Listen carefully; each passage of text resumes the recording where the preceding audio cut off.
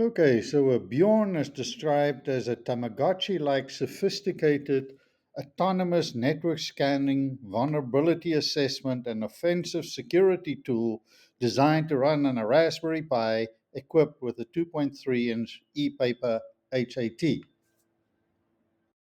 So what I did here was, you can see I have it in a printed case already, but I basically just put the HAT on top of a Raspberry Pi 2W and loaded a SD card in there.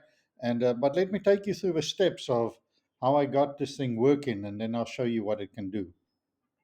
Okay, so first I downloaded the Pi OS and burnt that onto a card or wrote that onto a card. I could use a 64-bit version because I had a W2 Pi. But next I booted the Pi and it looked pretty neat. I had to make sure that the username was Bjorn. So that's the username. I then changed the host name to Bjorn using host control. And I also updated it in the host files and replaced Raspberry Pi with Bjorn. I then connected with nmcli. I connected to the Wi-Fi, and I then downloaded the script, changed the script to executable, executed, did a full install, and rebooted the system. And that's what I got.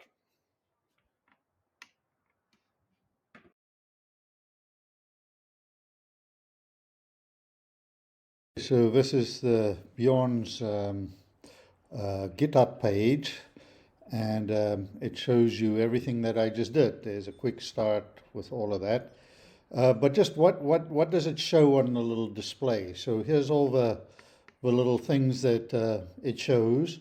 And it's things like indicate when the Wi-Fi is connected, where the Bluetooth is connected, whether you have an OTG plugin or whether you're using DHCP, the stop line. And, here is the stuff that it sees. Number of IPs it saw on the network, the number of vulnerabilities detected,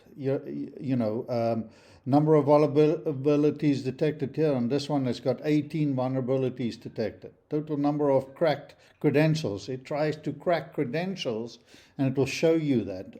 I'll show you that in the display in a second. And so here's everything that it's showing. Since it is a Tamagotchi-like device, you basically leave it on. I connected mine with Wi-Fi, of course, and I just leave it on. And, it earns levels and points as it does more things. And you can also do things manually with it. But, so that's basically what the display is showing. It shows you all of this information. So at a glance, you can see what's happening. Mine at the moment is showing all zeros, which is a good thing. But just so you got some idea.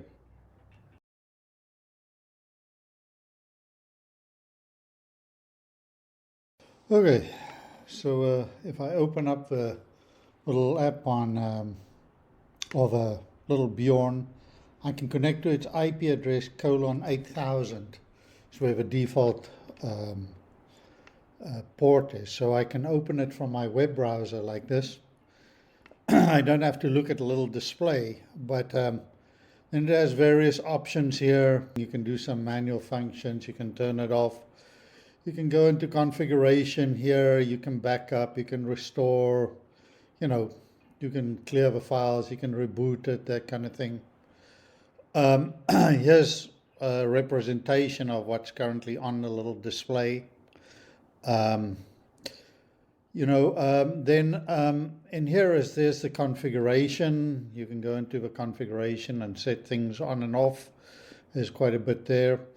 This other information's pretty, I would say